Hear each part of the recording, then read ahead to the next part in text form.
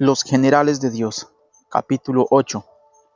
Aimee Semple McPherson, mujer de la providencia.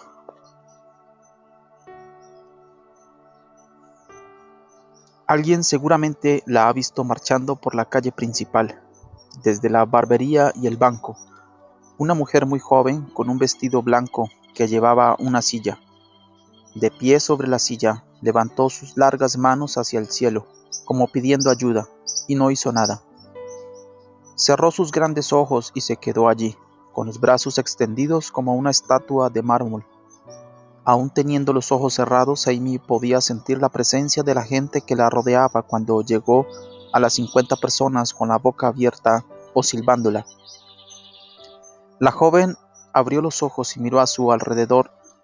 «Gente», gritó, saltando de la silla. «Vengan, síganme, pronto». Tomó la silla con el brazo y se abrió camino entre la gente, corriendo calle abajo por donde había venido por la calle principal. La gente la siguió, primero los niños, después los hombres y las mujeres. La siguieron hasta la puerta abierta de la obra misionera Victoria. Había apenas suficiente lugar para que se sentaran todos. «Cierren la puerta», susurró Aimee al oído de Lugier. «Cierren la puerta con llave y déjenla cerrada hasta que yo termine».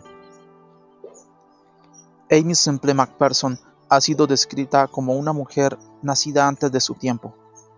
En realidad, Aimee fue una pionera espiritual que preparó el camino para el resto de nosotros y debería ser considerada en gran parte responsable de la manera en que demostramos el cristianismo en la actualidad. Aimee desafió todas las probabilidades. La historia de su vida la muestra como una mujer dramática y llena de vida. No había nada débil en ella. Para ella, un desafío era un juego justo que debía ser aceptado y conquistado. Se subió a la ola de los medios masivos y llegó a dirigir su curso. Si la publicidad parecía negativa, ella la exageraba aún más, sonriendo mientras lo hacía. Si todos le advertían que no hiciera algo, ella seguramente lo hacía, negándose a inclinarse ante el miedo. En realidad, no había nada que fuera demasiado extremo para ella. Fuera lo que fuese necesario para captar la gente, Aimee lo hacía. Ella se sentaba con publicanos y prostitutas, y se mostraba en lugares donde un cristiano común habría temido ser visto. Los pobres, los comunes, los ricos, todos la amaban por eso y aparecían en sus reuniones de a miles. Pero por supuesto los religiosos la odiaban.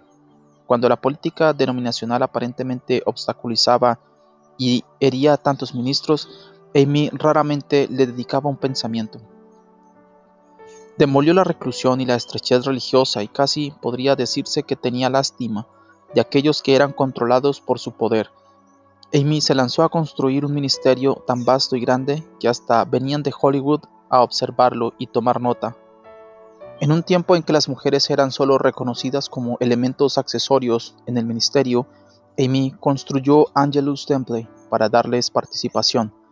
El templo fue construido y dedicado durante la época de la Gran Depresión, y era un edificio muy elaborado con capacidad para 5,000 personas sentadas. Cuando el edificio comenzó a llenarse 3 veces cada domingo, Aimee fue aún más lejos. Construyó la primera estación de radio cristiana en el mundo y fundó una de las denominaciones de más rápido crecimiento en la actualidad. Aimee vivió durante el pico del movimiento pentecostal, con todas sus reglas religiosas, y cuando las mujeres en general no eran aceptadas en el ministerio. Y para empeorar las cosas según el punto de vista de los ministros de su época, era divorciada. Nace una nueva generación. Su vida comenzó en medio de controversias y escándalos. Sus padres fueron James Morgan y Mildred Minnie Kennedy. Nació el 9 de octubre de 1890, cerca de Salford, en Ontario, Canadá. Aimee Elizabeth Kennedy fue la única hija de James y Mildred y creció en una ciudad que hervía de chismes concernientes a las circunstancias en que ella había nacido. Su padre, de 50 años de edad, se había casado con su madre, Minnie, cuando ésta tenía solo 15. Antes de casarse, Minnie, que era huérfana, había sido una fiel obrera del Ejército de Salvación. Sintiendo el llamado al ministerio, Minnie evangelizaba día y noche en las ciudades de Ontario. Un día leyó en el periódico que la familia Kennedy necesitaba una enfermera permanente para cuidar de la señora de la casa, que estaba muy enferma. Aceptó el puesto y se mudó a vivir con la familia, dejando a un lado su ministerio. Después de la muerte de la señora Kennedy, Minnie continuó en el hogar. No mucho después, el señor de la casa le pidió que se casara con él. Los chismes inundaron la ciudad, pero jamás Kennedy simplemente los dejó hablar. Al día siguiente, después de su matrimonio, Minnie se puso de rodillas y oró, confesando que había fallado en su llamado al ministerio y pidiendo el perdón de Dios. Entonces dijo: si solo escuchas mi oración como escuchaste la oración de Ana en tiempos antiguos y me das una niñita, yo la entregaré sin reservas a tu servicio para que ella pueda predicar la palabra que yo debería haber predicado, que llene el lugar que yo debería haber llenado y viva la vida que yo debería haber vivido en tu servicio. Oh Señor, escúchame y respóndeme. Pronto Minnie quedó embarazada. Nunca dudó de que tendría una hija, por lo que todo lo que diseñaba, compraba o recibía para el bebé era de color rosa. Finalmente, en respuesta a sus oraciones, el 9 de octubre nació una niñita en la granja de los Kennedy, cerca de Salford. Los salvacionistas vinieron a visitar a la bebita y trajeron con ellos la triste noticia de que Catherine Booth, esposa del gran general William Booth, había muerto. Catherine había sido cofundadora del Ejército de Salvación y uno de los visitantes sugirió que Aimee podría muy bien ser su sucesora. Fuera cual fuera el plan de Dios para la niña, fue especialmente claro para Minnie después de oír estas palabras que sin dudas Aimee crecería hasta mucho más allá de lo que ella había esperado. Ranas y pizarras. Cuando Aimee tenía 3 semanas de vida, Minnie la dedicó al Señor en un culto del Ejército de Salvación. Su niñez fue perfecta. Creció como hija única en una enorme granja, con los animales como compañeros de juegos. Creció escuchando las historias de Daniel en el pozo de los leones, de José y el faraón, de Moisés sacando al pueblo de Dios fuera de Egipto. Para cuando tenía 4 años, Aimee podía pararse en una esquina, sobre un tambor y atraer a una multitud de gente recitando historias bíblicas. Aimee era una niñita que tenía agallas y estaba llena de ideas muy definidas. Nada la intimidaba, excepto el hecho de que sin importar dónde estuviera, Dios podía ver todo lo que hiciera. Cierta vez, cuando estaba enferma en cama, un peón asomó la cabeza por su ventana y le preguntó si había algo que podía hacer por ella. Aimee suspiró como una niña malcriada y le dijo: quisiera oír cantar a las ranas. Ve al pantano y tráeme 3 o 4 ranas y ponlas en un cubo con agua junto a mi cama. El hombre hizo lo que ella le pedía, y aproximadamente 1 hora después regresó a su cuarto con un gran cubo lleno de ranas y plantas acuáticas. Pero salió del cuarto antes de llegar a escuchar los gritos de Aimee pidiendo que recogiera las ranas que habían saltado del cubo, y ahora saltaban por todas partes. Fue Minnie, la madre de Aimee, quien debió atrapar a las resbaladizas intrusas. Cuando era pequeña e iba a la escuela, Aimee siempre era la líder. Cuando otros niños la molestaban, llamándola la niña del Ejército de Salvación, Aimee se enfadaba, pero en lugar de contestarles, le seguía el juego. En años posteriores, esta clase de respuesta sería la que hizo que su popularidad creciera hasta las nubes. Cierta vez, cuando los demás niños se estaban burlando de ella, en lugar de vengarse contra sus compañeros, Aimee consiguió una caja, una regla y un mantel rojo. Entonces designó a un niño para que llevara la bandera roja y comenzó a marchar golpeando en la caja como si fuera un tambor, mientras cantaba a toda voz. Al principio los niños la siguieron solo para burlarse, pero luego comenzaron a disfrutarlo. Pronto las niñas también se unieron al divertido desfile. A partir de ese día nadie volvió a burlarse de Aimee por ser del Ejército de Salvación. Su fe siempre incluía a las personas, nunca las repelía. Cuando Aimee era niña, le agradaba observar a su madre, que era la directora de la escuela dominical, en las reuniones de los salvacionistas. Tan pronto como regresaba de la iglesia, Aimee juntaba unas sillas y las colocaba en círculo en su cuarto e imitaba a su madre predicando a un grupo imaginario. En su fotografía escolar, Aimee, de 8 años de edad, sostiene la pizarra donde está escrito el número de grado.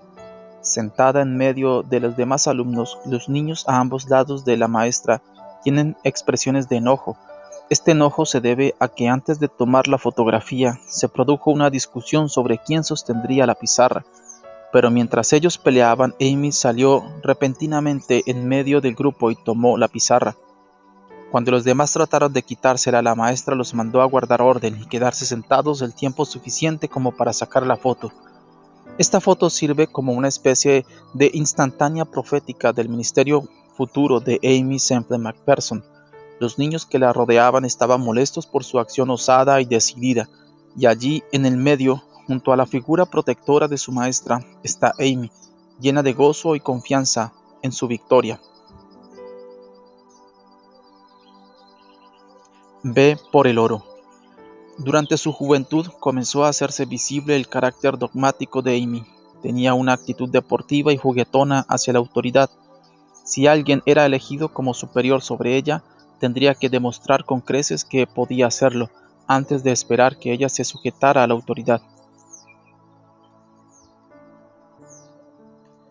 Amy no era completamente irrespetuosa o rebelde, y nunca quiso presentar un verdadero desafío a la autoridad. Era solo que su propia capacidad como líder era tan grande que quienes la rodeaban se sentían automáticamente desafiados y quedaban mudos, aun siendo niña.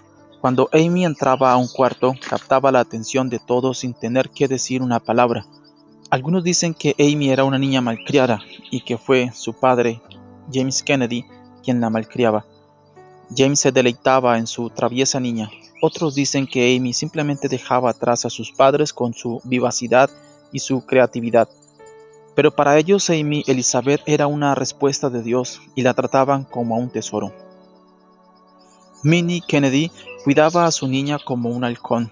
Ella era una buena madre para Amy, pero aprender a plantarse delante de Minnie no era tarea fácil. Simplemente el hecho de mantener su lugar estando junto a Minnie sirvió para preparar a Amy para responder a las muchas y difíciles preguntas que debería enfrentar más tarde como líder cristiana. Debido a su celo por la vida y su fortaleza emocional, Amy pronto comenzó a disfrutar de los aplausos. Siendo preadolescente, su personalidad dramática ya era bien conocida en las producciones teatrales de su pueblo, y era una oradora muy popular en las clases de oratoria. Cuando tenía 12 años, ganó la medalla de plata por un discurso presentado en la Unión de Templanza de Mujeres Cristianas en Ingersoll, Ontario, Canadá. De esa manera pudo ir a competir en London, Ontario, por la medalla de oro. Para cuando tenía 13 años era una celebrada y extraordinaria oradora en público. La invitaban a hablar en cenas de la iglesia, la llamaban de diversas organizaciones, eventos navideños, festivales y picnics. La comunidad de Ingersoll y Salford pronto comprendieron que la gente vendría de muchos kilómetros de distancia a escuchar a esta niña que tenía un don tan especial. Darwin o Cristo. Pero la formación de Amy en la iglesia metodista de Salford pronto le causaría confusión. Aunque los metodistas promovían los discursos y los entretenimientos dentro de su templo, condenaban absolutamente los cinematógrafos y las obras teatrales que se producían fuera de él. En realidad, a Minnie le habían enseñado que las películas eran la cosa más pecaminosa que se hubiera creado jamás. Así que Amy creció dentro de una generación que creía en reglas religiosas muy estrictas. Las autoridades de la iglesia y otras le habían advertido que si alguna vez visitaba un cinematógrafo, terminaría en el infierno. A pesar de ello, cierta vez, cuando la invitaron a ver una película, ella aceptó, y al entrar reconoció a varios miembros de su iglesia en el lugar. Una de ellas era una maestra de la escuela dominical. La hipocresía de toda esta situación la afectó profundamente. Cuando entró en la escuela secundaria en 1905, la teoría de Darwin acababa de ser expuesta al público. De repente, todos los libros de texto estaban llenos de la teoría de Darwin, que sostenía que la vida en la Tierra había surgido a partir de una ameba y que el hombre era primo del chimpancé. Amy se sintió sacudida, aunque aún no era una cristiana nacida de nuevo. Había sido criada con la Biblia y se sentía realmente insultada por las afirmaciones de Darwin. Así que fue a ver a su profesor de ciencias y le preguntó amablemente sobre el tema. En lo que a él concernía, la investigación biológica había superado las supersticiones antiguas, pero Amy arrinconó al pobre hombre a tal punto que finalmente éste debió dar un paso al costado y darle toda una lista de libros de la biblioteca para estudiar. Amy aceptó el reto. No solo leyó a todos esos autores seculares y sus teorías, sino que al finalizar nadie sino ellos sabía más que Amy sobre el tema de la teoría de Darwin. Esto se convertiría en un patrón de conducta en su vida. Amy era diligente e invencible, pero a raíz de sus lecturas, Amy llegó a la conclusión de que la teoría de Darwin debía ser cierta. Después de todo, la iglesia ya no practicaba lo que la Biblia decía. Parecía que fuera solamente un lugar de reunión social para juegos y entretenimientos, y no había milagros como los que ella veía en la Biblia. Así que comenzó a debatir con los ministros que visitaban su iglesia y a cuestionar por qué predicaban si en ese tiempo no había milagros. Al escuchar los cuestionamientos de Amy, un ministro se aclaró la garganta y le explicó que los milagros habían pasado, describiéndolo como una cesación del carisma. Cuando Amy lo desafió, citándole otros pasajes de las Escrituras, el hombre le dijo que esos temas estaban mucho más allá de lo que ella podía comprender. Obviamente, él no conocía la determinación de Amy. Otra noche, después de un culto vespertino, Amy desafió a un predicador invitándolo de tal manera que sus padres se sintieron avergonzados.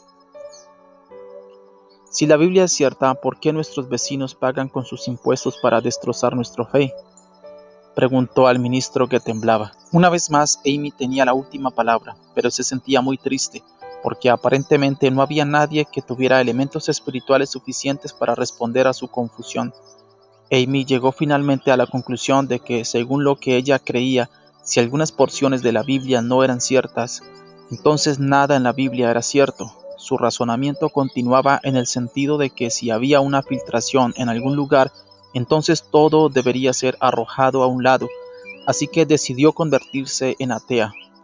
Al llegar a su casa después de una última y ardiente batalla con el ministro, Amy entró como una tromba en su cuarto, abrió la ventana y miró hacia afuera, hacia la noche. Mientras contemplaba la magnificencia de las estrellas, se conmovió en su interior. Alguien tenía que haber creado esas estrellas, y ella quería saber quién o qué.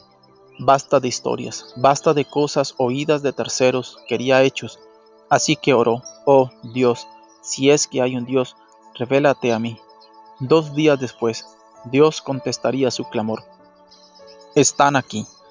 Amy era un estudio sobre la confiada determinación. A los 17 años era una hermosa joven que parecía tener todo lo que deseaba. A diferencia de las demás jovencitas de la región, nunca hablaba de casarse ni de tener hijos. Era muy inteligente y su familia estaba en buena situación económica. Sus ropas eran hechas a medida y a la última moda, y sus padres la adoraban. También tenía la capacidad de hablar y capturar al público con solo una o dos frases, y había ganado todas las competencias de oratoria a las que se había presentado. Iba a los salones de baile y los encontraba llenos de miembros de la iglesia. En realidad, la primera persona con la que bailó en un salón era un ministro presbiteriano, pero más que nunca, Amy necesitaba al Señor, y pronto lo encontraría. El día después de haber orado a Dios para que se le revelara, Amy volvía a casa de la escuela con su padre, y al pasar por la calle principal de Ingersoll, vio un cartel en una ventana que decía «Campaña del Espíritu Santo con Robert Semple, evangelista irlandés». Amy había oído que estos pentecostales caían al suelo y hablaban en idiomas desconocidos. También había escuchado relatos alocados de sus gritos y danzas. Era muy curiosa, por lo que la noche siguiente, antes de llevarla a ensayar para el programa de Navidad, James Kennedy llevó a su hija a la campaña y ambos se sentaron en el último banco. Hasta los pájaros sonrieron. En la reunión, Amy era todo ojos. La divertía ver a algunas personas del pueblo gritando «Aleluya», con las manos levantadas. «¡Qué show!», pensó. Si no hubiera sido atea, pensaba ella también, habría gritado. Estaba verdaderamente disfrutando de este show ingenuo desde las alturas de su torre intelectual. Entonces Robert Sample entró en el salón. En ese momento todo cambió para Amy.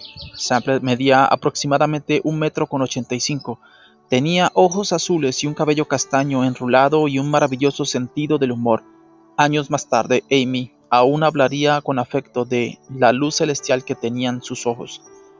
Semple era un presbiteriano irlandés que había dejado su tierra natal para ir en barco a Nueva York. Después había viajado a Toronto, Canadá, y luego a Chicago, Illinois, por tierra, y fue en 1901 que la manifestación pentecostal de hablar en otras lenguas se extendió de Topeka, Kansas, a Chicago. Y allí en Chicago Semple habló por primera vez en otras lenguas, mientras trabajaba como empleado en la carpa de Marshall Field. Dios lo llamó al ministerio y se convirtió en un exitoso evangelista que era conocido en todo el norte de los Estados Unidos y Canadá, y ahora había llegado al pueblo natal de Amy. Cuando Semple entró en el pequeño templo, para Amy fue como si el mundo entero se detuviera. El reverendo Robert Semple subió al púlpito y abrió su Biblia en el segundo capítulo de Hechos. Luego repitió una sencilla orden: arrepentíos, arrepentíos. Amy comenzó a revolverse, incómoda en su asiento. Cada vez que Semple hablaba, sus palabras la atravesaban como una flecha. Más tarde Amy diría: yo nunca había escuchado un sermón así. Utilizando su Biblia como espada, él cortó al mundo entero en dos. El joven evangelista no veía punto intermedio entre servir al mundo y servir a Dios. Si alguien amaba a uno, no podía amar al otro. Se podía estar solo a favor o en contra de él. Era así de simple. Amy estaba pendiente de cada palabra. Entonces Semple levantó su cabeza hacia el cielo y comenzó a hablar en lenguas. Mientras Amy lo observaba, el rostro de Robert Semple parecía brillar con una luz interior. El evangelista hablaba y Amy comprendía perfectamente lo que estaba diciendo. Era la voz de Dios, mostrándose a ella, respondiendo su oración. A partir de ese momento en que escuché al joven hablar en lenguas, hasta este día, nunca he vuelto a dudar ni por una fracción de segundo de que hay un Dios, y que Él me estaba mostrando mi verdadera condición como pecadora perdida, pobre, miserable, camino al infierno. 3 días después, Amy detuvo su carro en medio de una calle solitaria, levantó sus manos hacia el cielo y clamó pidiendo a Dios misericordia. Entonces, repentinamente, según sus propias palabras, el cielo se llenó de luz. Los árboles, los campos, los pequeños pajaritos que volaban de un lado a otro, alababan al Señor y me sonreían. Tan consciente fui de la sangre perdonadora de Jesús que parecía que la sentía fluyendo sobre mí. Finalmente, Amy había nacido de nuevo, temblando por el poder. Amy, que estaba buscando dirección para su vida, recibió una visión. Al cerrar los ojos, vio un río negro lleno que corría caudaloso y en el que caían millones de hombres, mujeres y niños que eran arrastrados sin remedio hacia una catarata. Entonces escuchó: conviértete en una ganadora de almas. Perpleja, pensando cómo sería posible que ella llegara a cumplir esa tarea, comenzó a buscar más profundamente al Señor. Las mujeres no podían predicar, era algo que sencillamente no estaba permitido, pero Amy creía que si Pedro, que era un pescador, había podido predicar, quizá una jovencita campesina de Canadá también podría hacerlo. Así que buscó en el Nuevo Testamento y llegó a la conclusión de que el único requisito necesario para quien era llamado a predicar era que hubiera sido bautizado en el Espíritu Santo. Así que, contrariamente a los deseos de su madre, comenzó a asistir a las reuniones de espera que hacía un tiempo se venían realizando en Ingersoll, Ontario. Había manifestaciones en abundancia en esas reuniones. Las mismas se habían instituido con el propósito de recibir el bautismo del Espíritu Santo, y esto en 1908 era considerado por la mayoría de la gente como algo extremo. Aún los salvacionistas hablaron con Minnie sobre el repentino comportamiento pentecostal de su hija. Pero a Amy nunca le importó lo que los demás pensaran. Lo único que quería hacer era agradar a Dios, y a Robert Semple fue el ferviente amor de Robert por Dios lo que la llevó a buscar a Dios con ansiedad. Amy deseaba profundamente conocer a Dios como Robert lo conocía. Amy estaba descuidando sus estudios por pasar tanto tiempo en las reuniones de espera. Una mañana, mientras iba a la escuela, pasó por la casa de la mujer que conducía las reuniones y sintió que no podía ir a clase. Lo que ella quería era hablar en lenguas. En realidad deseaba tanto hablar en lenguas que se bajó del tren y fue a la casa de la mujer y llamó a la puerta. Ahora perdía clases para demorarse en oración. Una vez que entró a la casa y pudo explicar el anhelo de su corazón, ella y la mujer comenzaron a buscar a Dios en oración. Amy llegó a pedir a Dios que demorara las clases para que ella pudiera continuar allí esperando recibir, y cuando lo hizo cayó una ventisca sobre Ingersoll. El viento helado no solo le impidió viajar a la escuela, sino que tampoco le permitió volver a su casa. Amy estaba fascinada. Había nieve suficiente como para que ella debiera pasar allí el fin de semana entero esperando al espíritu. La mañana del sábado, muy temprano, mientras todos dormían en casa, Amy se levantó para buscar a Dios. Al elevar su voz en la adoración, las alabanzas surgieron de lo más profundo de su ser, hasta que finalmente algo como un trueno brotó de ella y la hizo vibrar de pies a cabeza. Amy se deslizó al suelo, sintiéndose como atrapada en nubes de gloria. Entonces, repentinamente, de su boca comenzaron a fluir palabras en otro idioma. Primero breves frases, después oraciones enteras. Para este entonces, la casa entera había sido despertada por los ruidos, y el grupo bajó las escaleras gritando y gozándose. Entre ellos estaba Robert Semple. No se sabe cuánto tiempo pasó Robert Semple en el pueblo de Amy, pero seguramente debe de haber viajado varias veces de ida y de vuelta, ya que estaba allí cuando Amy fue bautizada en el Espíritu Santo. Danza eléctrica. Robert viajaba mucho, pero intercambió correspondencia regularmente con Amy durante todo el invierno. Finalmente, a principios de la primavera de 1908, Robert regresó a Ingersoll y le propuso matrimonio. En realidad, lo hizo en la misma casa en que ella había recibido el bautismo unos meses antes. 6 meses después, el 12 de agosto de 1908, Amy se casó con Robert Semple en la granja de su familia, cerca de Salford, Ontario. Amy no terminó sus estudios secundarios por amor a Semple. En realidad dejó todo para poder amar, honrar y obedecer a su esposo.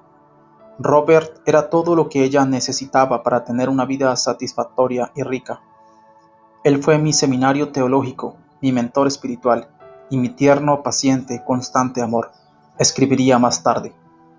Antes de casarse, Amy y Robert habían convencido a los padres de ella de que hablar en lenguas era bíblico, pero les resultó mucho más difícil convencer a Minnie de la voluntad de Dios con relación al llamado de la pareja a servir en China.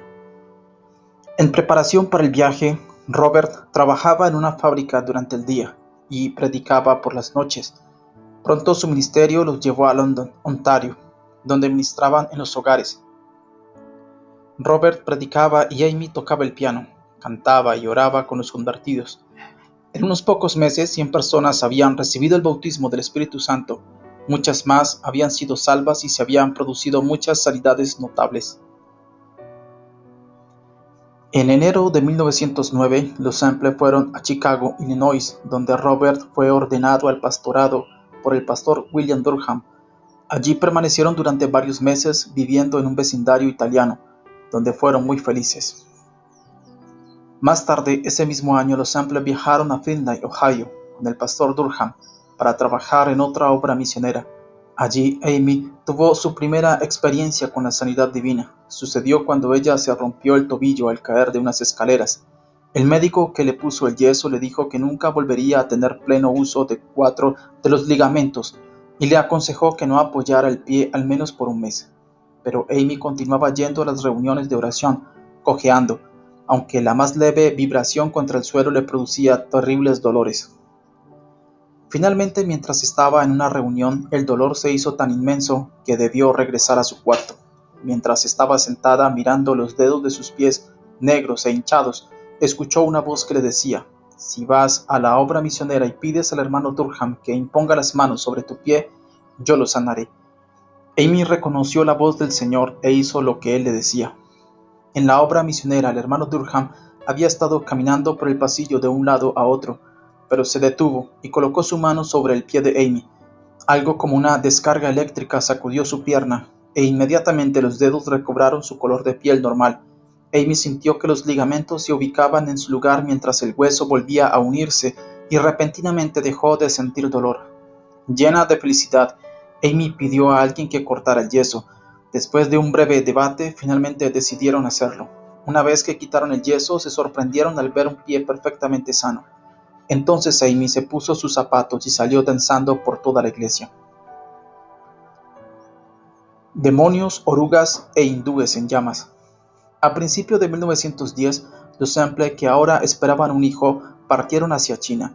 La pareja visitó a los padres de Robert en Irlanda y luego se detuvo en Londres, donde él predicó en varias reuniones. Mientras Robert estaba en una de esas reuniones, un millonario cristiano pidió a Amy que predicara en el Victoria and Albert Hall.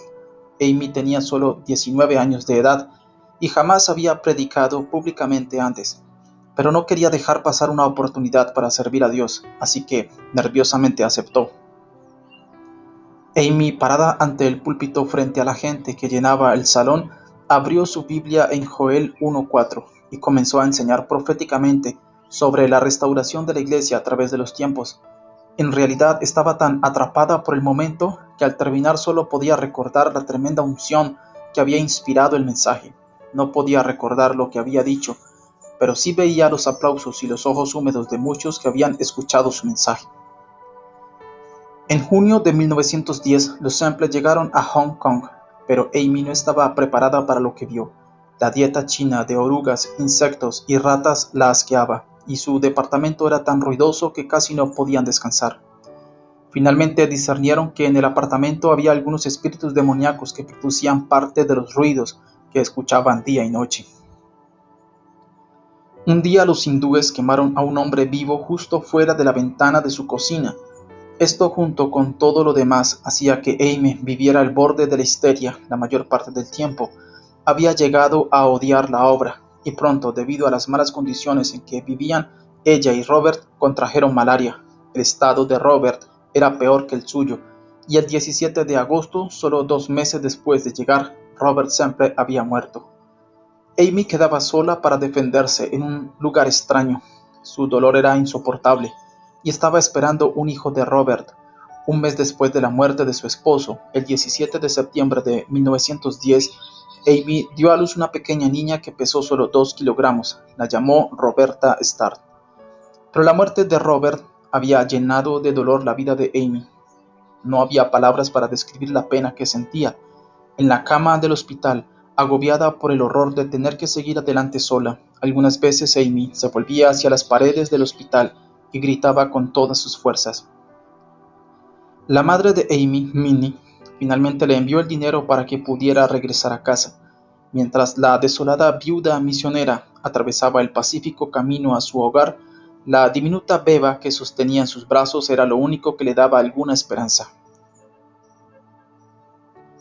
Hogar, dulce hogar. Ya de regreso a su hogar, Amy lloró la pérdida de su esposo Robert durante más de un año, pero también continuó buscando la voluntad de Dios para su vida. Fue a Nueva York y luego a Chicago, deseando ministrar en las iglesias que Robert había dejado.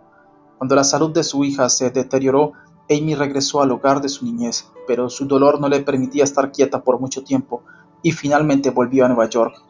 Mientras estaba allí, conoció a Harold Macpherson, quien pronto se convertiría en su segundo esposo. Macpherson era de Rhode Island y se lo conocía como un hombre sólido, de ideas claras, gran fortaleza y muy bondadoso. El 28 de febrero de 1912, Amy y Harold se casaron. Amy le puso el apodo de Mac, Roberta lo llamaba Papá Mac.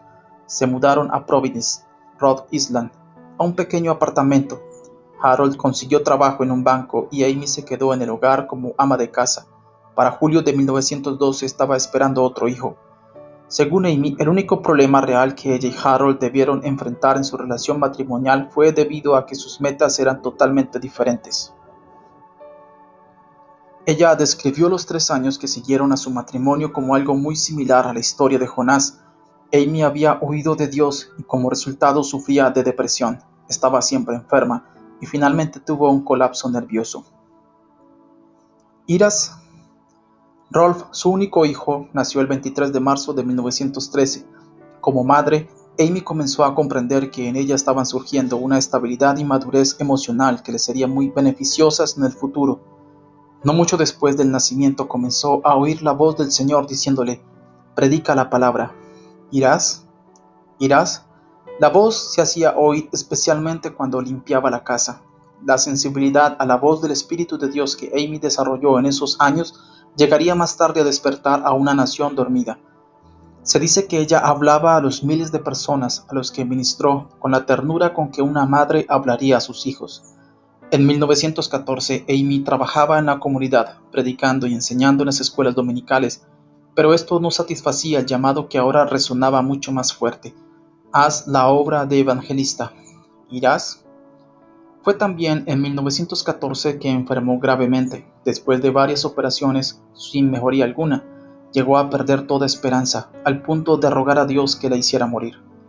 Los médicos llamaron a la madre de Harold y a Minnie para informarles que Amy no tenía mucho tiempo de vida, pero cuando Minnie escuchó sus palabras, recordó vívidamente la oración que había elevado a Dios por su pequeña y su promesa de que Amy cumpliría el llamado que ella había rechazado. Minnie se aferró a la promesa de Dios, negándose a permitir que su hija muriera. Las enfermeras lloraban al ver a Minnie de pie junto al cuerpo de Amy, llorando y renovando su promesa ante Dios. Casi sin esperanzas, los internos trasladaron a Amy de su cuarto a una sala de guardia donde llevaban a los moribundos. Fue entonces que Amy, saliendo del coma en que yacía casi sin vida, comenzó a hablar.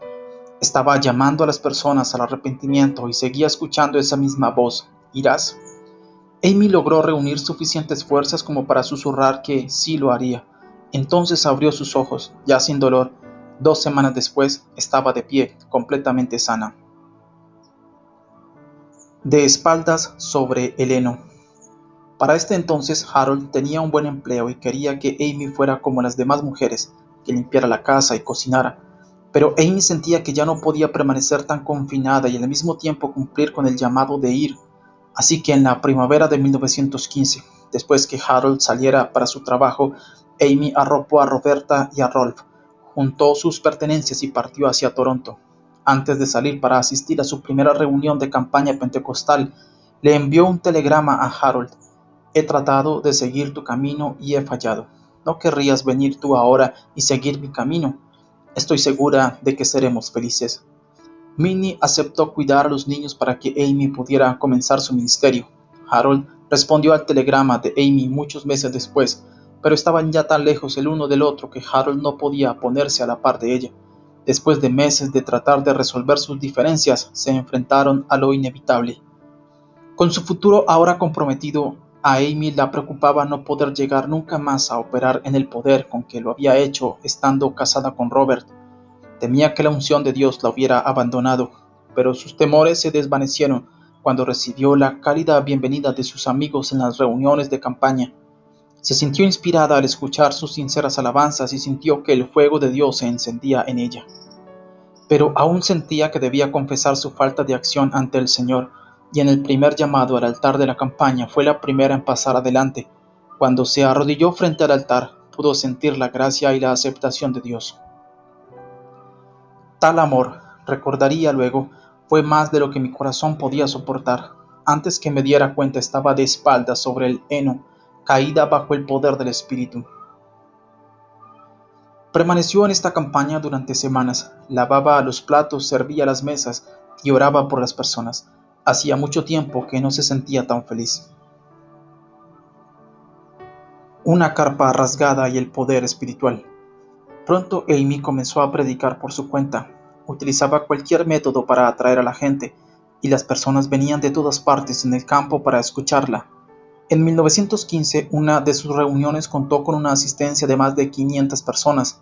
Se había convertido en una novedad. Además de su carácter dramático, era una mujer, y en esos días era difícil encontrar a una predicadora, así que todos estaban curiosos por ir a verla y escucharla.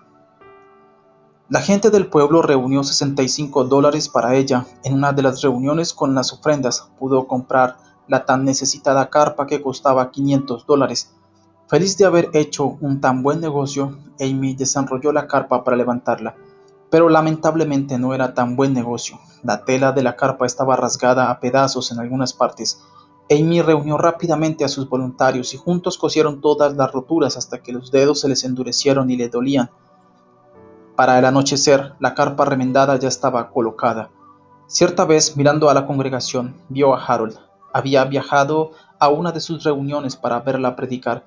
Antes que terminara la noche, Harold había sido lleno del Espíritu Santo y la acompañó en algunas reuniones. Había una empatía natural en Amy que acentuaba las peculiaridades de su ministerio y atraía a grandes cantidades de personas de todas clases. La gente se identificaba con ella, porque después de todo, todos tenían una madre, y los que se acercaban experimentaban el poder de Dios en sorprendentes manifestaciones. Muchos venían para sentir de esa forma la presencia de Dios y miles de personas recibían el bautismo. La iglesia rodante. Durante los 7 años siguientes, Amy cruzó los Estados Unidos 6 veces, entre 1917 y 1923. Predicó en más de 100 ciudades en campañas que duraban entre 2 días y un mes. Su primera experiencia ministerial con la sanidad divina se produjo con una mujer que sufría de artritis reumatoidea. El cuello de esta mujer estaba tan torcido que no podía mirar al evangelista, pero inmediatamente después de la oración de fe, esta mujer pudo volver la cabeza y mirar al rostro de Amy. Dios la había sanado, y Amy lo supo al verla cara a cara. Amy señalaba enfáticamente que ella nunca había buscado un ministerio de sanidad y que no la fascinaba la idea de tenerlo, pero la sanidad vino con su llamado evangelístico, y después de escuchar los resultados inusualmente exitosos de sus oraciones, la gente se agolpaba para pedirle que orara por ella. En una reunión, las ofrendas alcanzaron para comprar un pequeño Packard 1912, que pronto se convertiría en su iglesia sobre ruedas. Amy se paraba en el asiento trasero y predicaba en 8 a 10 reuniones diarias. Entre reuniones entregaba tratados y folletos invitando a la gente a asistir. Aunque conducía sus reuniones con gracia, también era muy fuerte. Había desarrollado mucha fuerza al armar y desarmar su carpa y clavar las estacas en el suelo. En realidad, hablaba más alto y era más fuerte que muchos hombres. Quemaduras, heridas y carnaval. Como ya hemos mencionado, Amy era conocida por su forma afectuosa de predicar. Con frecuencia trataba a la gente que la escuchaba como una madre trataría a su hijo. Nunca condenaba ni amenazaba, siempre alentaba a quienes la escuchaban a enamorarse de la gracia y la misericordia de Dios. Pero como una madre firme, no era débil. Cierta vez una lámpara le explotó en el rostro y quedó envuelta en llamas. Rápidamente metió la cabeza en un cubo con agua, pero no antes que se le produjeran varias heridas en el cuello y el rostro. Para empeorar las cosas, todo esto había sucedido delante de un grupo de molestos que habían ido a observar y burlarse. La carpa estaba llena la noche en que esto ocurrió, por lo que Amy se retiró a la parte posterior, terriblemente dolorida. Uno de los que se burlaban subió a la plataforma y dijo: «La señora que predica sanidad divina se ha lastimado, se quemó la cara, así que esta noche no habrá reunión». Pero tan pronto como acabó de decir esa palabra, Amy entró corriendo nuevamente a la carpa y de un salto subió a la plataforma. Estaba en agonía, pero pudo reunir suficientes fuerzas como para sentarse al piano y gritar: «Alabo al Señor que me sana y quita todo mi dolor». Cuando ya estaban cantando la segunda o tercera estrofa, la gente allí reunida fue testigo de un milagro. El rostro de Amy pasó de ser rojo como una langosta a recobrar el color de la piel normal. Amy aprovechaba cualquier oportunidad para reunir gente, así que mientras se encontraba en una ciudad en el tiempo de carnaval durante el desfile, pensó que sus esfuerzos no tendrían gran resultado si no preparaba un plan bien hecho. Entonces observó que los que desfilaban tenían grandes estandartes con lemas relativos a los diferentes estados y comercios locales, así que transformó su Packard 1912 en una iglesia flotante. Sus colaboradores la ayudaron a cubrir la parte superior de manera que pareciera ser una colina, con una carpa en la cima, y luego lo decoraron con hojas de palmera verde y musgo. A los lados pintaron esta leyenda: «Jesús viene pronto, y yo voy a la campaña pentecostal. ¿Y tú?». En el interior, Amy tocaba su pequeño órgano, mientras Harold manejaba el Packard hasta unirse al desfile sin que los policías lo notaran. A los que observaban el desfile les encantó la ocurrencia e hicieron sentir su aprobación con fuertes risas y gritos de aliento, y esa noche llenaron la carpa. La misma audacia de lo que habíamos hecho, diría luego Amy, pareció atraerlos. De Harold a Minnie. Aproximadamente para esta época, Amy comenzó a publicar El llamado a la esposa. La publicación comenzó siendo un boletín de 4 páginas, pero en 3 meses había crecido hasta convertirse en una revista de 16 páginas que incluía fotos, sermones, poemas y un precio de suscripción. La intención de Amy era dar nueva forma a la iglesia, quitando la maldición y el pecado para darle un tono de celebración de un matrimonio feliz. La reputación de libertad en el espíritu que tenía Amy atraía a personas de diferentes trasfondos. Pronto todos los que buscaban emociones fuertes, los vagabundos y los brutos, aparecían en su carpa. Cuando las reuniones eran pequeñas, ella podía controlarlos, pero cuando ya había más de 1000 personas, la única manera en que podía calmar sus estallidos emocionales era recurriendo a la música y el canto, y lo hizo con mano maestra. Poco después incorporaría narrativa y representaciones teatrales a su predicación. Amy se encontraba cómoda entre la gente negra, le agradaba visitar sus hogares y muchas veces descubría que ella misma era mucho más pobre que cualquiera de ellos. Ellos también sabían que ella los amaba. Cuando Amy iba al sur a visitarlos y trabajaba con ellos en los campos de algodón y tabaco, sus reuniones se llenaban de gente. Ahora las multitudes eran cada vez más numerosas, pero la vida personal de Amy comenzó a sufrir nuevamente, ya que ella y Harold no se ponían de acuerdo en lo relativo al ministerio. A él no le agradaba la vida de vagabundos que llevaban y tampoco entendía su visión para el futuro. Por eso, finalmente, después de una confrontación que duró toda una noche, Harold empacó sus cosas y se fue. Varios años después, Harold pidió el divorcio, alegando que Amy lo había abandonado, pero ella contestó a la demanda, manifestando que había sucedido precisamente lo contrario. Harold luego volvió a casarse y vivió una vida mucho más normal con su familia. Minnie ahora se unió al ministerio de su hija y trajo con ella a Roberta, hija de Amy. La niña tenía 7 años y hacía 2 que no veía a su madre, pero ahora que estaba con ella, rápidamente se entusiasmó con su ministerio y le encantaba verla predicar. Minnie inmediatamente se hizo cargo de manejar las multitudes. Amy había atraído cantidades enormes de gente y necesitaba a alguien que le ayudara a manejarlas, y mamá Kennedy era ideal para esto. Ella creía que el evangelismo no era solo cuestión de fe, también requería de organización. La personalidad minuciosa y detallista de Minnie era perfecta para la tarea que Amy necesitaba y finalmente ayudó a que su hija pasara de las carpas a los coliseos. Zapatos estirados y una botella de nubes. En medio de todas las corridas y la obsesión del ministerio, los hijos de Amy decían que siempre se sintieron seguros con su madre en los viajes, les encantaba viajar con ella. Algunos acusaron a Amy de hacerles la vida más difícil, pero la verdad es que ambos se sentían muy decepcionados cuando no podían ir con ella. Rolf y Roberta tienen maravillosos recuerdos de su madre. Roberta recuerda las historias que su madre le contaba mientras iban por la carretera. Cierta vez, después que su madre le describiera una nube con gran belleza, Roberta quiso atrapar una, así que Amy rápidamente se puso a un lado del camino, tomó una botella vacía y salió del auto. Luego levantó la botella en el aire hasta que la humedad y la niebla que la rodeaban formaron pequeñas gotas en el interior de la misma y la tapó. Cuando regresó al auto, la entregó a Roberta, con una nube de verdad adentro. Rolf recuerda que una vez necesitaba desesperadamente zapatos, y alguien le regaló un par. Cuando llegó la caja, la familia estaba entusiasmada, pero cuando Rolf trató de ponérselos, no le calzaban bien. Todos se sintieron muy decepcionados, pero entonces Roberta preguntó: «Madre, ¿cómo hacían para calzarse los israelitas en el desierto? Los pies seguramente les habrían crecido». Sin pensar, Amy respondió rápidamente: «Dios debe de haber estirado sus zapatos». Roberta entonces preguntó si Dios podría hacer lo mismo con los zapatos de Rolf, así que mamá Amy dijo: «No lo sé, pero arrodillémonos y pidámosle».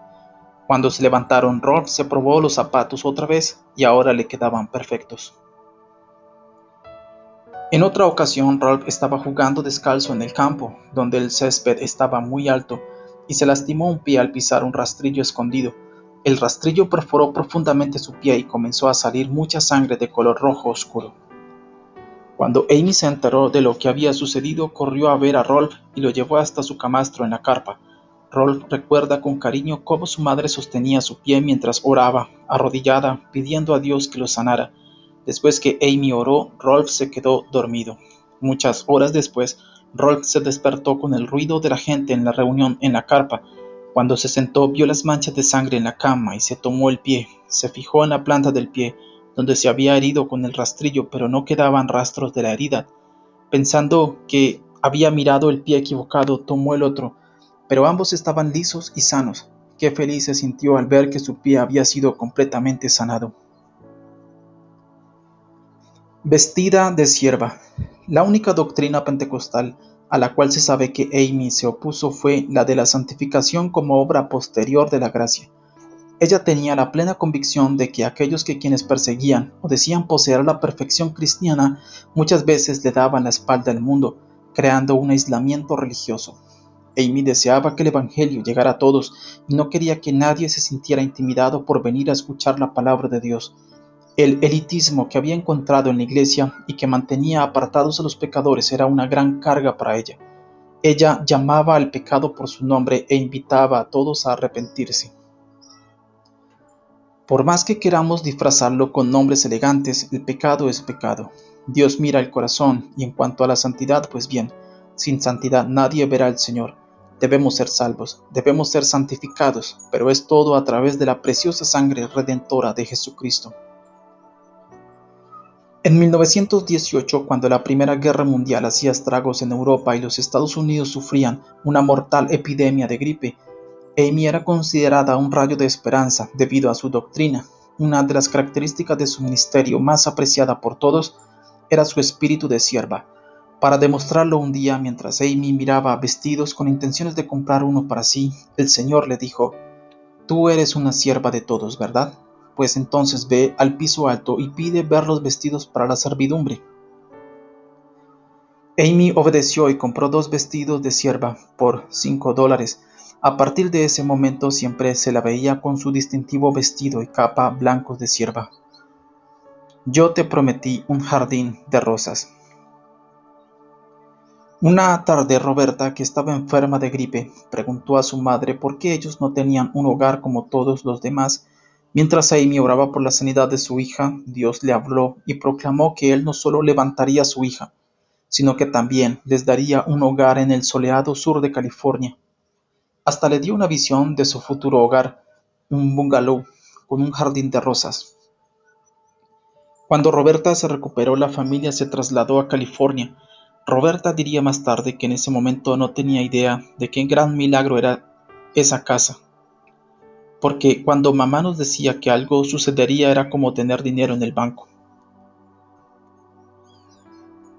El viaje no fue cosa fácil. Los mapas de rutas eran escasos, las ciudades estaban muy apartadas y las condiciones de las rutas eran cuestionables, pero nada de esto detuvo a Amy. Camino a la costa oeste, llegó a Indianápolis justo cuando habían levantado la cuarentena por la gripe. Allí se encontró con María Woodward Eder. Conocer a esta mujer que le había inspirado tanto y escucharla predicar fue la emoción más grande de su vida. Cuando Amy finalmente llegó a Los Ángeles a fines de 1918, su fama la había procedido. Para este entonces la obra misionera de Azusa era solo un recuerdo. Sus miembros se habían dispersado por la ciudad, pero estaban aún esperando a la persona que Dios utilizaría para reunirlos.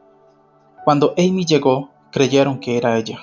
2 días después de llegar, Amy predicó un mensaje ante 700 personas titulado «Gritad, porque el Señor os ha entregado la ciudad».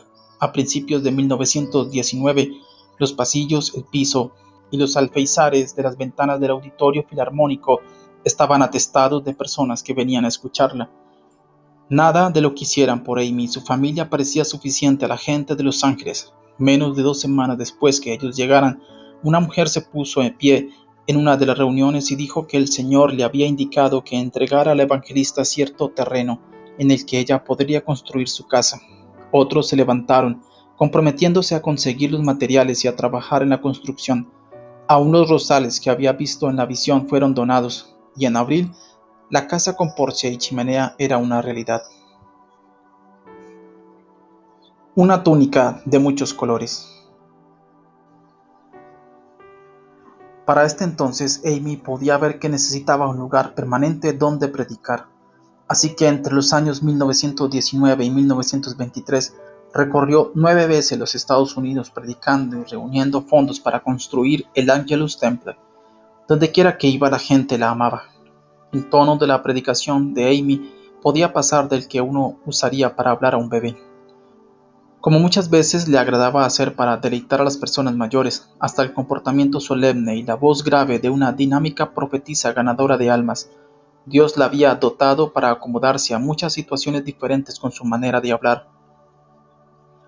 La prensa descubrió a Amy en 1919, comenzando así lo que en sus últimos años se convertiría una de las más celebradas relaciones de amor y odio con los medios.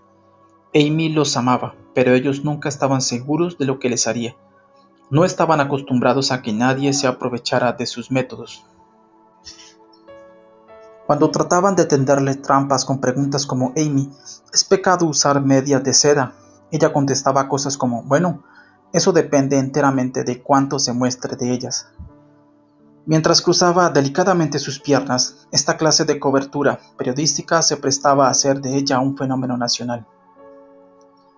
En Baltimore, Maryland, el primer auditorio en que Amy predicó tenía capacidad para 3,000 personas, pero muchas quedaban afuera por falta de espacio, así que alquiló otro auditorio con capacidad para 16,000.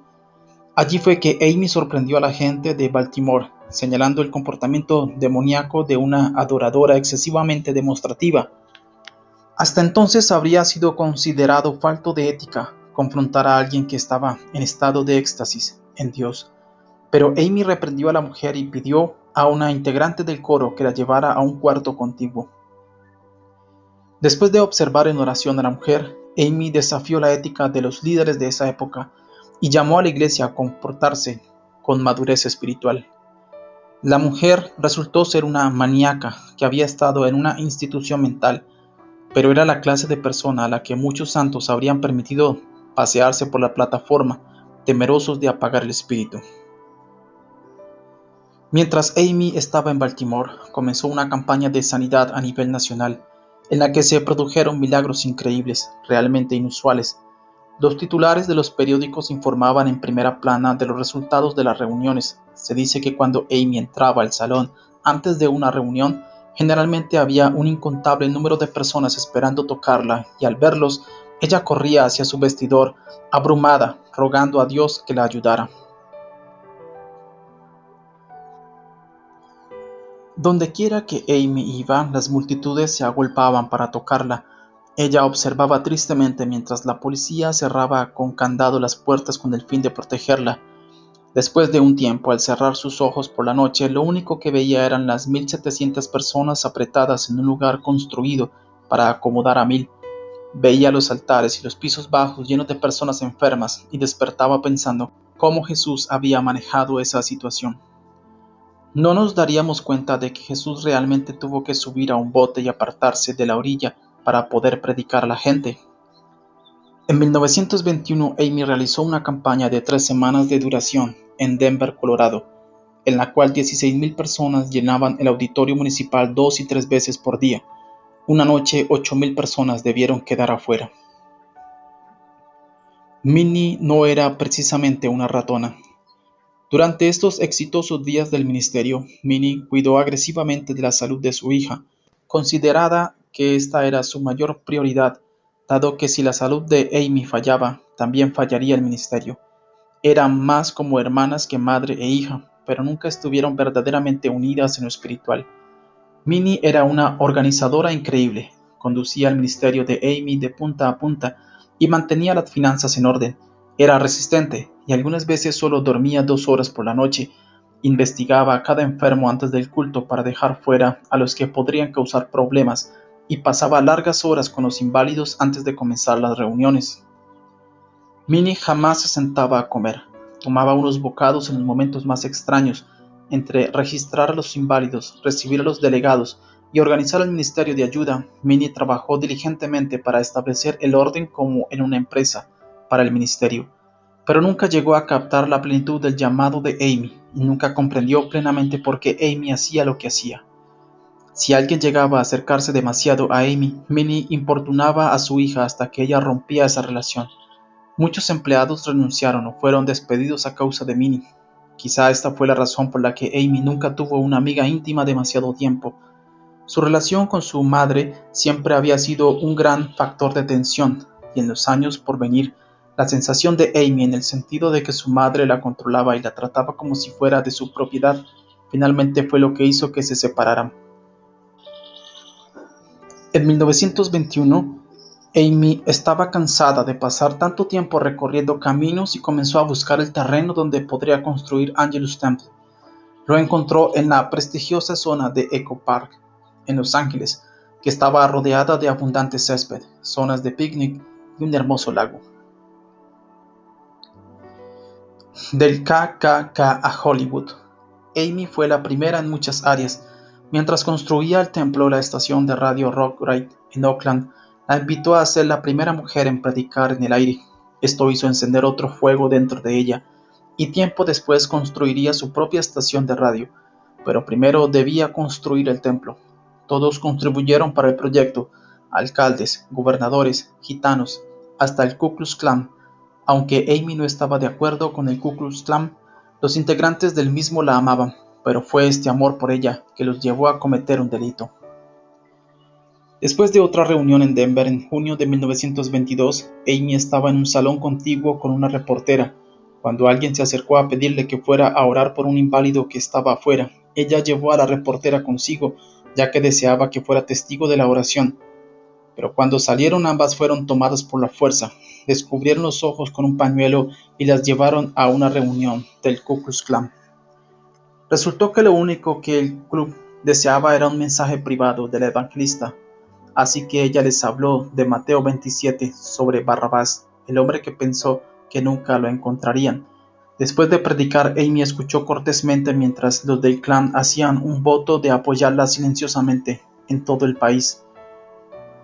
Para ellos esto simplemente significaba que dondequiera que Amy fuera en los Estados Unidos podrían confiar en que ellos la observarían y la protegerían. Luego volvieron a cubrirle los ojos a ella y a la reportera y las llevaron de regreso al salón en Denver. La reportera publicó una gran nota sobre el secuestro que llevó a Amy a alturas aún mayores y atrajo más dinero para el templo. A fines de 1922, el templo, con capacidad para 5,000 personas sentadas, estaba finalmente terminado. El mismo fue dedicado con un extravagante culto el día de Año Nuevo de 1923. Quienes no podían asistir vieron un templo similar, armado con flores, en una carroza en la que miembros del coro se presentaron al desfile de rosas de Pasadena. Esta carroza se llevó el primer premio del desfile en su categoría. El New York Times cubrió ampliamente la dedicación del templo y a partir de entonces, los 5,000 asientos del mismo se llenaban 4 veces cada domingo. El templo tenía una acústica perfecta. Se dice que muchos productores de Hollywood esperaban que Amy fracasara para poder adquirir el edificio y convertirlo en un teatro. Pero Amy no fracasó y finalmente lo convirtió ella misma en un teatro para Dios. Según Amy, toda la Biblia era un drama sagrado, hecho para ser predicado e ilustrado dramáticamente. Según ella, era en este aspecto que las iglesias denominacionales habían perdido poder. Amy creía en realidad que la iglesia se había vuelto demasiado fría y formal, mientras que el amor del mundo por el entretenimiento le daba ánimo, gozos y risas. También creía que esta era la razón por la cual el mundo cristiano estaba tan ansioso por entretenimiento. En julio de 1922, Amy nombró el Angelus Temple, la iglesia del Evangelio Cuadrangular, debido a una visión que había tenido mientras predicaba sobre el primer capítulo de Ezequiel. El primer día de inscripción para esta nueva asociación se presentaron 1,000 pastores. En el templo se dedicaban 2 reuniones semanales a orar por los enfermos. Aunque tenía 24 ancianos en su equipo, Amy condujo personalmente la mayoría de estas reuniones hasta su muerte en 1944. Las sanidades que se producían en Los Ángeles eran increíbles, pero eran menos observadas por el público en general que en las anteriores campañas nacionales de Amy.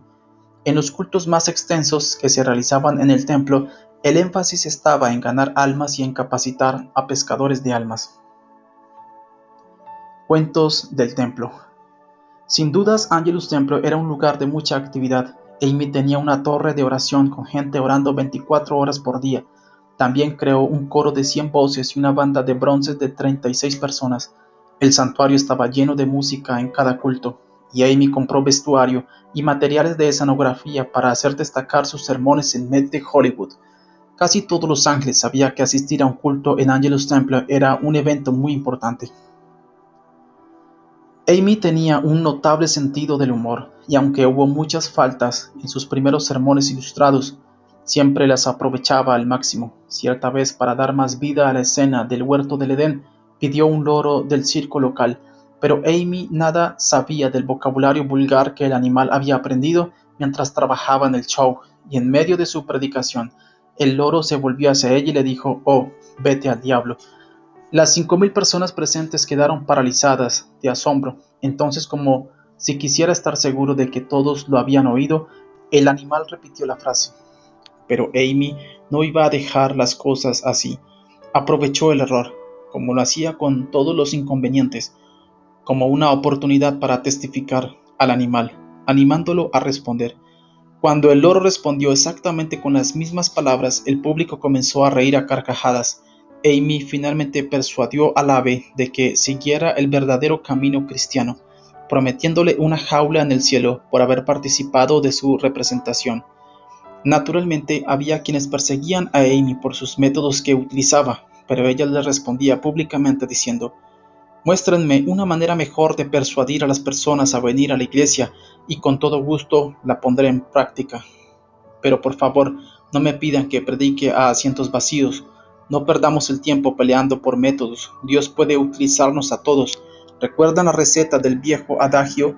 Para preparar guiso del conejo, comienza diciendo: primero atrape un conejo». Estrellas, Instituto Bíblico y Radio. Muchas estrellas de Hollywood estaban interesadas en lo que Amy tenía para decir. Mary Pickford, Jean Harlow y Clara Bow asistían con frecuencia a Angelus Temple. Charles Chaplin se escabulló en algunos de los cultos, y tiempo después se haría muy amigo de la evangelista. En realidad, Chaplin ayudó a Amy con la presentación escénica de sus sermones ilustrados, y Amy le mostró la verdad de la vida. Anthony Quinn tocaba en la banda de Amy. Quinn estuvo con Amy antes de su gran debut como actor. Cuando era un adolescente, Amy lo llevó como intérprete en una cruzada en español. El actor de renombre mundial diría más tarde que uno de los momentos más importantes de su vida fue cuando Amy lo descubrió, y agregaría: años después, cuando veía a las grandes actrices en acción, las comparaba con ella. Ingrid Bergman, Katharine Hepburn, Greta Garbo, todas ellas no llegaron a producir ese primer choque de electricidad que Amy Semple McPherson me produjo. En febrero de 1923, Amy abrió su escuela de ministerio, que finalmente se conocería como el Instituto Bíblico Faro del Evangelismo Cuadrangular Internacional. Amy era una ávida instructora. En el instituto, la hermana, como todos la llamaban en el movimiento, servía como profesora y revelaba abiertamente sus puntos fuertes y sus debilidades a los alumnos. Sus autores cristianos preferidos eran Wesley, Booth y un líder de avivamientos en Canadá llamado Albert Benjamin Simpson. Amy muchas veces citaba a estos hombres y enseñaba basándose en sus obras. Algunas veces probaba a los alumnos saliendo antes de la clase y pidiéndoles que se quedaran orando. Entonces se escondía en un pasillo, y cuando los alumnos salían, ella observaba a quienes salían sin prestar atención a nada y quienes eran lo suficientemente atentos para fijarse y levantar un papel del suelo. Después, los que prestaban atención recibían sus elogios, ya que Amy pensaba que la atención a los detalles producía ministros sensibles y valiosos. En febrero de 1924, Amy abrió la radio KFSG, con la primera licencia radiofónica jamás otorgada a una mujer. También fue esta la primera estación de radio cristiana que existió. Ha muerto Amy. En 1926, Amy necesitaba unas buenas vacaciones, así que viajó a Europa y a la Tierra Santa, pero acabó predicando la mayor parte del tiempo. A su regreso se produjo el mayor escándalo y la más fuerte controversia de todo su ministerio. El 18 de mayo, mientras disfrutaba de una tarde en la playa con su secretaria, hizo unas notas finales para un sermón que predicaría esa noche. Luego pidió a su secretaria que llevara las notas al templo. Cuando ésta regresó, Amy no estaba. Pensando que había ido a nadar, la secretaria la buscó en el agua, hasta que, sin encontrarla, finalmente avisó a las autoridades. Durante los siguientes 32 días, la desaparición de Amy fue la noticia más comentada del mundo. Las playas de Los Ángeles fueron registradas minuciosamente y también el mar, pero no encontraron nada. Mientras tanto, en Angelus Temple se recibió una carta pidiendo un rescate de $25,000. Minnie lo arrojó a la basura, junto con el resto de la correspondencia disparatada que en esos días recibían en abundancia. Entonces llegó otra carta de otro lugar pidiendo $500,000 y la prensa se volvió loca. Todos decían haber visto a Amy en algún lugar. Cierta vez 16 personas dijeron haberla visto en lugares diferentes del país, todo en un mismo día. Secuestrada. Finalmente, el 20 de junio se realizó un culto en memoria de Amy en Angelus Temple.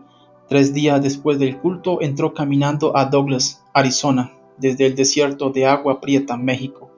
Cuando le preguntaron dónde había estado, contó al mundo que aquel día en la playa, después que su secretaria se fue, un hombre y una mujer se le acercaron para que orara por su hijo que estaba agonizando. Dijo que la mujer estaba llorando y que el hombre le había traído una capa para cubrir su traje de baño, esperando que ella consintiera. Ella accedió y lo siguió hasta su auto. Amy explicó que había hecho algo similar muchas veces antes en su ministerio y nunca había prestado demasiada atención. Pero cuando los tres se acercaron al auto, Amy notó que estaba en marcha. Había un hombre al volante, y la joven que decía ser la madre del niño entró al auto antes que ella. El padre le dijo que entrara al auto mientras la empujaba con rudeza. Lo siguiente que Amy supo fue que alguien le echaba la cabeza atrás y la mujer le cubría el rostro con un paño empapado en cloroformo. Cuando Amy despertó, encontró que la habían llevado a una choza y una mujer y 2 hombres la vigilaban. Luego relataría que estas personas la amenazaron, le cortaron un mechón de cabello y quemaron sus dedos con un cigarro.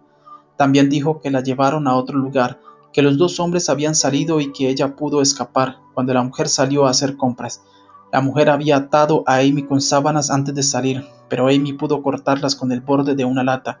Una vez que logró librarse, salió por una ventana y caminó durante horas por el desierto hasta llegar a una cabaña en Douglas, Arizona. Cuando finalmente la policía aceptó darle ayuda, una vez que probó su supuesta identidad, Amy llamó a Minnie en Los Ángeles, pero ni siquiera Minnie le creyó hasta que Amy le reveló un secreto que solo ella podría haber conocido sobre su vida personal. ¿Qué cree usted? Después de pasar una noche en el hospital, Amy fue recibida por 50,000 personas en Angelus Temple, pero su odisea solo había comenzado.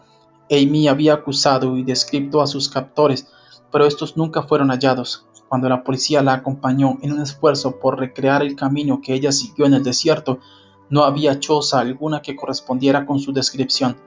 Entonces el fiscal de Los Ángeles, Asa Keyes, acusó a Amy de mentir e hizo grandes esfuerzos por desacreditarla.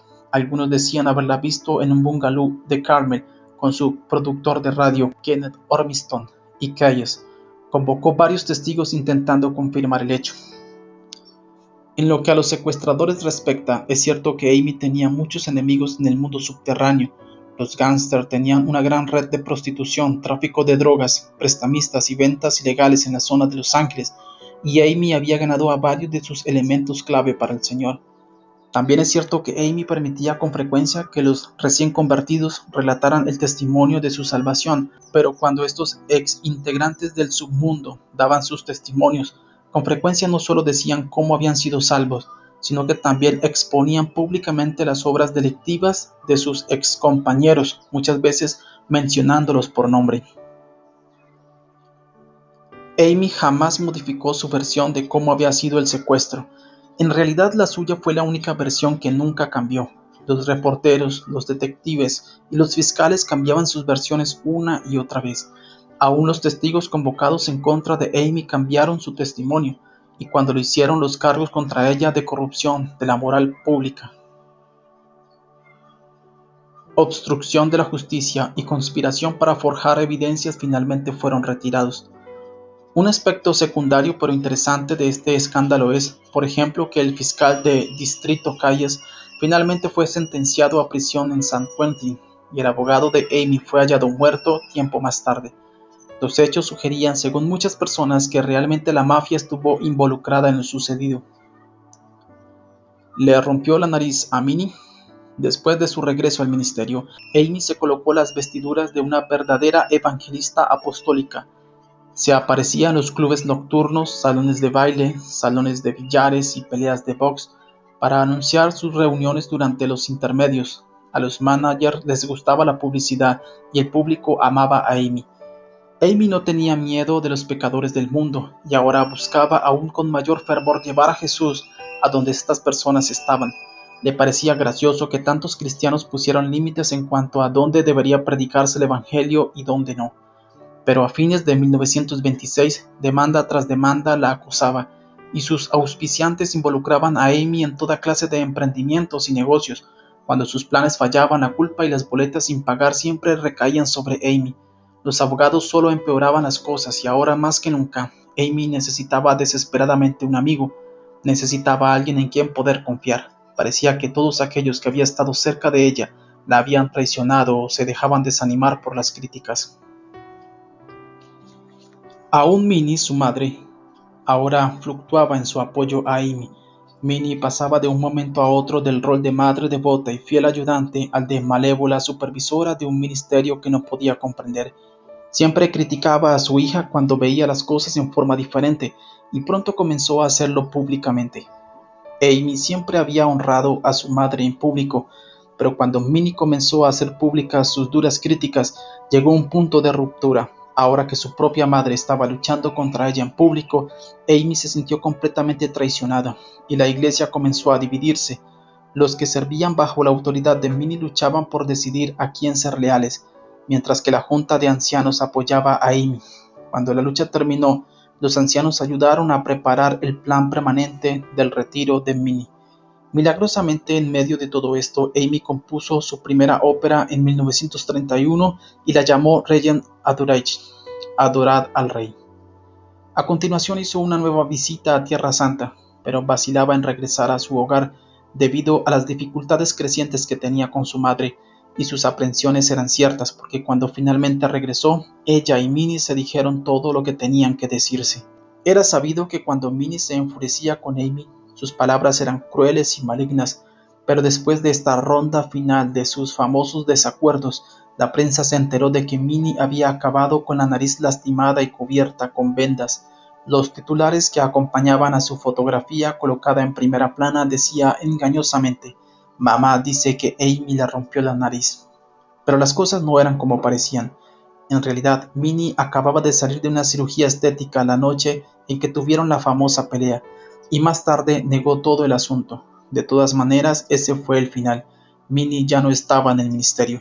Después del retiro forzado de Minnie, se formó una fila de personas que querían el puesto de administrador del ministerio, además de los gastos que le implicaba el arreglo con su madre, más la depresión, más los juicios. Las deudas de Amy crecieron rápidamente. En realidad pasó los 10 años siguientes arreglando todos los juicios y pagando a sus acreedores, y cuando finalmente quedó sin deudas, colocó un cartel celebrando el hecho en lo alto del templo. Ella no es biónica. Pero la tensión de todo esto simplemente había llegado a ser más de lo que Amy podía soportar, y en 1930 sufrió un colapso emocional y físico total que la obligó a confinarse en una cabaña en Malibú bajo el cuidado constante de un médico. Después de 10 meses regresó a Angelus Temple y hasta cierto punto se recuperó, pero nunca recobró la energía y el vigor que antes tuviera. Su médico explicaba el problema diciendo simplemente que Amy no lograba tener el descanso que necesitaba. Para cuando llegó 1931, Amy se sentía muy sola. El precio de la fama era demasiado alto. No tenía amigos íntimos y deseaba desesperadamente compañía. Rolf se casó con una alumna del Instituto Bíblico a mediados de ese año y su madre se sintió profundamente feliz. Después, el 13 de septiembre de 1931, Amy se casó con su tercer esposo, David Hulton. Se dice que debido a su soledad y su desesperada necesidad de amor y protección, Amy imaginó toda clase de virtudes en este hombre que él sencillamente no tenía. No mucho después de casarse, Hulton fue demandado por otra mujer a la que había prometido matrimonio. El juicio duró un año y la corte falló en contra de Hulton. Pero Amy continuó con su llamado en todo el país. En Nueva Inglaterra, miles de personas fueron a escucharla y convirtieron a sus reuniones en un tremendo éxito. Debido a su estado de salud, el 22 de abril de 1937, Amy presentó su renuncia como pastora de Angelus Temple, pero la misma fue rechazada. En enero siguiente partió hacia Europa, siguiendo el consejo de su médico. Nuevamente miles de personas asistieron a sus reuniones. Mientras estaba en Europa, Hutton, en medio de un gran escándalo, inició su divorcio. La reina de la guerra silenciosa. Los años entre 1938 y 1944 fueron muy tranquilos para Amy. Muy poco se decía de ella en la prensa. Amy era demandada por empleados disconformes, pastores asociados y cualquier otra persona que pensara que podía sacarle $1. Entonces contrató a un nuevo administrador, Giles Knight, que la mantuvo lejos de la vista pública. Todo reportero tenía que pasar por él para verla, y él negaba entrevistas a todos. Amy tenía informado a Knight de sus actividades y se mantenía alejada para poder vivir en forma medianamente anónima. Rolf McPherson aún hoy habla con gran aprecio de Knight por el servicio que éste brindó a su madre y que trajo tanta paz a su casa. Gran parte de los esfuerzos de Amy durante estos años se dedicaron a pastorear, capacitar futuros ministros, establecer cientos de iglesias y enviar misioneros por todo el mundo, pero en 1942 también dirigió una banda de bronces y una guardia uniformada en el centro de Los Ángeles para vender bonos de guerra. Vendió $150,000 en bonos en una hora, por lo que el Tesoro de los Estados Unidos le entregó un reconocimiento especial por su actuación patriótica. También organizó reuniones de oración los viernes por la noche en Angelus Temple durante toda la Segunda Guerra Mundial, con lo cual se ganó el aprecio expresado del presidente Roosevelt y del gobernador de California. Una grande descansa. Para 1944, la salud de Amy estaba muy debilitada y sufría de enfermedades tropicales que había contraído durante sus viajes misioneros. En febrero de ese año, Amy nombró a Rolf nuevo vicepresidente del ministerio. Este había probado ser fiel y sirvió bien a su madre durante muchos años. En realidad, él fue la única persona que permaneció a su lado tanto en los buenos como en los malos tiempos. En septiembre de 1944, Rolf voló a Oakland con su madre para dedicar una nueva iglesia. La ciudad estaba en medio de un apagón debido a la guerra, así que Amy y Rolf pasaron parte de la noche juntos en el cuarto de ella, charlando sobre asuntos ministeriales y de familia. Las grandes multitudes y la obra del ministerio siempre hacían que Amy se sintiera bien, por lo que se la veía muy animada. Unas horas después, Rolf se despidió con un beso de las buenas noches y fue hacia su cuarto. Amy siempre había sufrido de insomnio, estaba tomando sedantes recetados por su médico, y obviamente había tomado un par esa noche para dormir bien. Probablemente no sabía cuántas pastillas necesitaría, pero sí sabía que debía descansar para poder estar en condiciones de predicar al día siguiente, así que decidió tomar unas pastillas más. Según los médicos, debe de haber sido casi al amanecer cuando Amy sintió que algo andaba mal, pero en lugar de llamar a Rolf, llamó a su médico en Los Ángeles. Él estaba haciendo una operación, por lo que no pudo contestarle. Ella entonces llamó a otro médico, que la derivó al Dr. Palmer en Oakland, California, pero antes de poder hacer esta tercera llamada, Amy cayó en la inconsciencia. A las 10 de la mañana, Rolf intentó despertar a su madre y la encontró en su cama, respirando con gran dificultad. Al no lograr revivirla, llamó pidiendo la ayuda de un médico, pero era demasiado tarde. El 27 de septiembre de 1944, Amy Semple McPherson fue a descansar con el Señor. Tenía 53 años. El cuerpo de Amy estuvo 3 días y 3 noches en Angelus Temple. 60,000 personas desfilaron ante su ataúd para presentarle sus respetos. La plataforma en que se apoyaba el ataúd abierto, el foso de la orquesta y los pasillos del templo estaban llenos de flores. 5 autos llenos de flores debieron quedar afuera. El 9 de octubre de 1944, fecha del cumpleaños de Amy, una caravana de 600 automóviles se dirigió hacia el cementerio privado Forest Lawn, donde esta generala de las primeras filas del ejército cristiano fue sepultado. En el cementerio entraron 2,000 personas, más 1,700 ministros de la iglesia cuadrangular que Amy había ordenado. La historia completa de Amy Semple McPherson jamás podría ser contada en un solo capítulo. Como en el caso de otros grandes generales de Dios, solo el cielo revelará todo lo que ella hizo. Pero para estas páginas, digamos que en toda su vida, Amy compuso 175 canciones e himnos, varias óperas y 13 dramas oratorios. También predicó miles de sermones y más de 8.000 ministros se graduaron en su instituto bíblico. Se estima que durante la Gran Depresión aproximadamente 1,5 millones de personas recibieron ayuda de su ministerio, y hoy la denominación cuadrangular continúa extendiendo las verdades de la palabra de Dios como le fueron reveladas a la hermana McPherson en su declaración de fe del Evangelio cuadrangular original. Las 4 esquinas son: Jesús es Salvador, Jesús es Sanador, Jesús bautiza en el Espíritu Santo, Jesús es el Rey que viene. Dirige tu destino. Para terminar, quisiera concentrarme en un punto importante que Amy siempre repetía a sus estudiantes en el Instituto Bíblico: quédate en la mitad del camino. Por todo lo que has leído de ella ahora, queda en claro que con esto no se refería a comprometer sus valores. La hermana Amy hablaba de la fortaleza que es necesaria para mantenerse firme en un mismo lugar, y para ella esta afirmación tenía un doble significado. Primero, decía Amy, mantente firme en medio de la corriente de la vida y no permitas que el mundo secular te conforme según su modelo.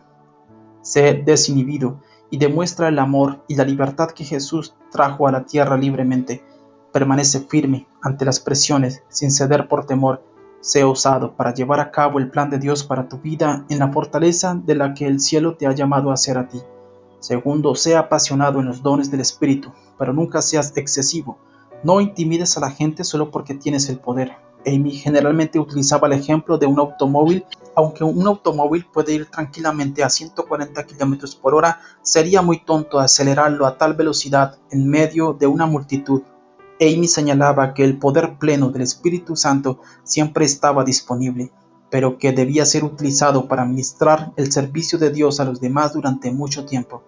Lo que Amy nos estaba diciendo al aconsejarnos que nos quedemos en la mitad del camino era esto: los excesos pueden llevarnos a la cima muy rápidamente, pero finalmente también nos harán estallar y caer hechos pedazos a la tierra. La fe cristiana es una forma de vida. Corre como en un maratón, no una carrera de 100 metros. Ahora toma la antorcha que Amy nos ha pasado y no te conformes con la mediocridad de una vida religiosa. Sacude al mundo para Dios con la libertad, la osadía y la sabiduría que el Señor te ha dado, y párate firme en la mitad del camino. Cumple tu destino personal en el llamado de Dios.